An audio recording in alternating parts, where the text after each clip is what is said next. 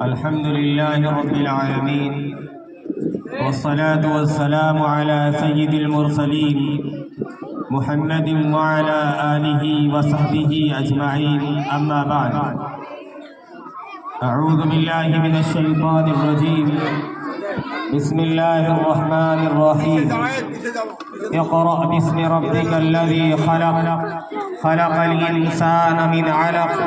اقرأ وربك الأكرم الذي علم بالقلم، علم الإنسان ما لم يعلم. وقال تعالى: يا أيها الذين آمنوا اتقوا الله وقولوا قولا سديدا يصلح لكم أعمالكم ويغفر لكم ذنوبكم، ومن يطع الله ورسوله فقد فاز فوزا عظيما. صدق الله العظيم. وقال رسول الله صلى الله عليه وسلم: خيركم من تعلم القرآن وعلمه. وقال عليه الصلاة والسلام: كلكم راع وكلكم مسؤول عن رعيته، أو كما قال صلی اللہ علیہ وسلم. محترم بزرگوں، عزیزوں، دینی و ایمانی بھائیوں، یہ ہم سب کے لیے بڑی ہی خوشی اور مسرت کا موقع ہے کہ ہم سب جس مبارک محفل اور مجلس کے لیے اکٹھا ہوئے ہیں وہ ہے ہمارے چھوٹے چھوٹے بچوں کی کارکردگی، کہ ہمارے ان نونہال بچوں اور بچیوں نے انعامی مقابلے اور مسابقے میں جو کوئز کے نام سے، اسلامی کوئز کے نام سے ہے، اس میں بڑھ چڑھ کر حصہ لیا اور معافی ضمیر کو ادا کرنے کی کوشش کی. اس کا وہ جو نتیجہ تھا وہ ان کے سامنے آیا، اور ذمہ داران نے اپنے حوصلے، بچوں کے حوصلے کو سامنے رکھتے ہوئے جو بن پڑا وہ کرنے کی کوشش کی. میرے عزیزوں، سب سے پہلے تو ہم آپ سے مخاطب ہیں جو یہاں پڑھنے والے بچے اور بچیاں ہیں، کہ اللہ تعالیٰ نے آپ طالبات اور طلباء کا انتخاب مدرسے کے لیے کیا ہے. یہ مدرسہ کوئی آج کی نئی ایجاد نہیں ہے، بلکہ یہ اللہ کے رسول صلی اللہ علیہ وسلم کی دین ہے، کہ جب اللہ کے رسول صلی اللہ علیہ وسلم پر کوئی ایمان قبول کرتا تھا تو اپنے آپ کو صفحہ نبوی میں لا کر ڈال دیتا تھا، اور جناب محمد الرسول اللہ صلی اللہ علیہ وسلم اس مدرسے کے مدرس ہوتے تھے، اور آپ صلی اللہ علیہ وسلم وہاں پر صحابہ میں درس و تدریس کی خدمت انجام دیتے تھے. تو اس مدرسے کا سلسلہ اللہ کے رسول صلی اللہ علیہ وسلم سے جڑتا ہے، خاص طور سے صفحہ نبوی سے. تو اللہ تعالیٰ نے آپ لوگوں کا جو انتخاب کیا ہے بڑے ہی بابرکت ہے، بڑے ہی مبارک ہے، اس لیے کہ جو مادیت کا دور چل رہا ہے، اس مادیت کے دور میں لوگ اپنے آپ کو دینی تعلیم سے نہ وابستہ کرنا چاہتے ہیں اور نہ اپنی اولاد کو اس پر لگانا چاہتے ہیں. تو بڑے ہی قابل مبارکباد ہیں وہ والدین جنہوں نے اپنے بچوں کا انتخاب مدرسے کے لیے کیا، اور آپ طلباء طالبات بڑے ہی معزز ہیں اللہ تعالیٰ کی نگاہ میں. اور اللہ تعالیٰ کہتا بھی ہے: یؤتی الحکمت من یشاء فقد اوتی خیرا کثیرا، کہ اللہ تعالیٰ جس کو علم عطا فرماتا ہے اس کو بہت بڑی خیر عطا فرماتا ہے. تو خیر اللہ کو دینا تھا، اس لیے اللہ تعالیٰ نے آپ لوگوں کا انتخاب یہاں کے لیے کیا ہے. یہ مدرسے جب تک باقی رہیں گے تب تک دین اسلام باقی رہے گا، اس لیے کہ مدرسے اسلام کے قلعے ہیں، ان کو پاور ہاؤس کی حیثیت حاصل ہے.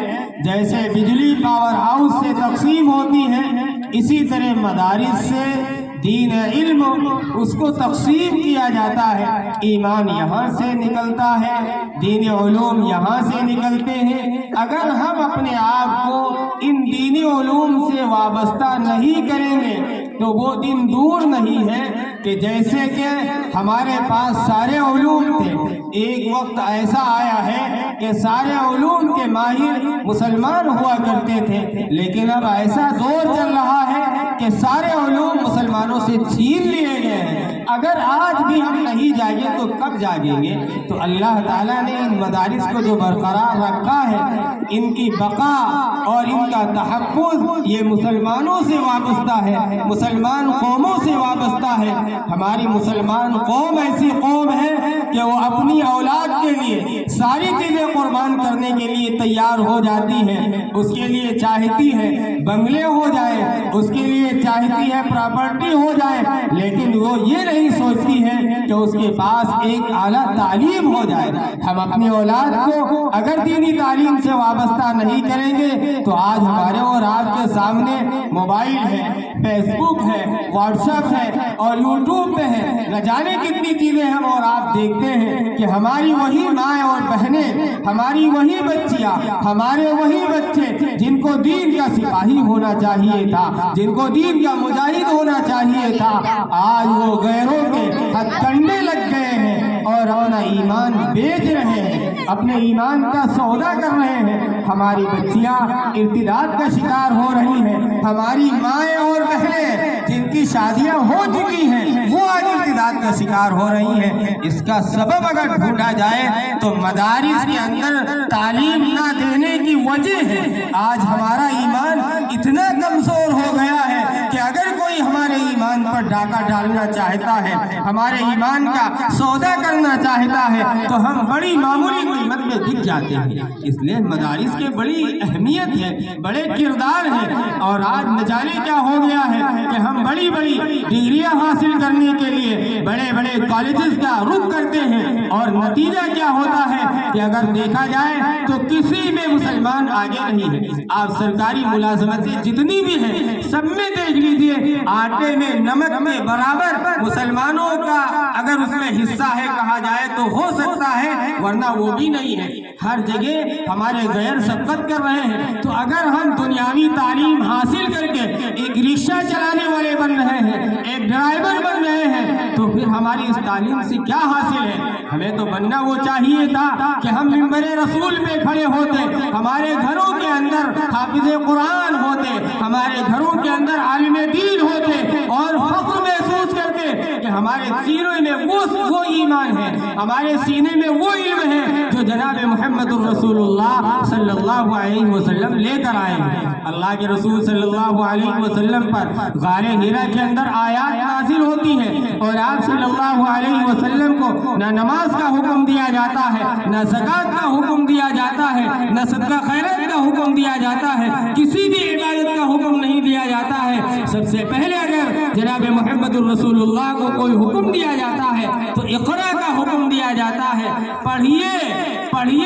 آج یہ اقرا کا جو لفظ امت محمدیہ کو دیا گیا تھا، اس اقرا کے لفظ کو دوسروں نے اختیار کر لیا۔ دوسروں کے یہاں آپ دیکھ لیجئے، غیر جو ہماری قومیں ہیں ان میں دیکھ لیجئے، عیسائیوں میں دیکھ لیجئے، یہودیوں میں دیکھ لیجئے، یہودیوں کی تعداد سب سے کم بتائی جاتی ہے، لیکن علمی اعتبار سے آپ دیکھیں تو ان سے بڑا کوئی نہیں ہو سکتا ہے۔ تمام مذاہب کے لوگوں کو، تمام مسلمانوں کو، ہر فرقے ہر مذہب کے لوگوں کو اگر کوئی گمراہ کرنے والا ہے تو یہودی گمراہ کرنے والا ہے۔ آج معمولی سے لوگ ہمارے اوپر حاوی ہیں، اور ہمیں جو قرآن دیا گیا تھا، ہمیں جو تعلیم دی گئی تھی، ہم نے اس کو پتے پش ڈال رکھا، اور جو دنیاوی تعلیم تھی ہم نے اس کو اصل سمجھ لیا۔ منع نہیں کیا جاتا ہے، عصری تعلیم سے منع نہیں کیا جاتا ہے، آپ عصری تعلیم کو حاصل کیجئے، لیکن ضرورت کے بقدر۔ جناب محمد الرسول اللہ صلی اللہ علیہ وسلم کے زمانے کی مثال ملتی ہے۔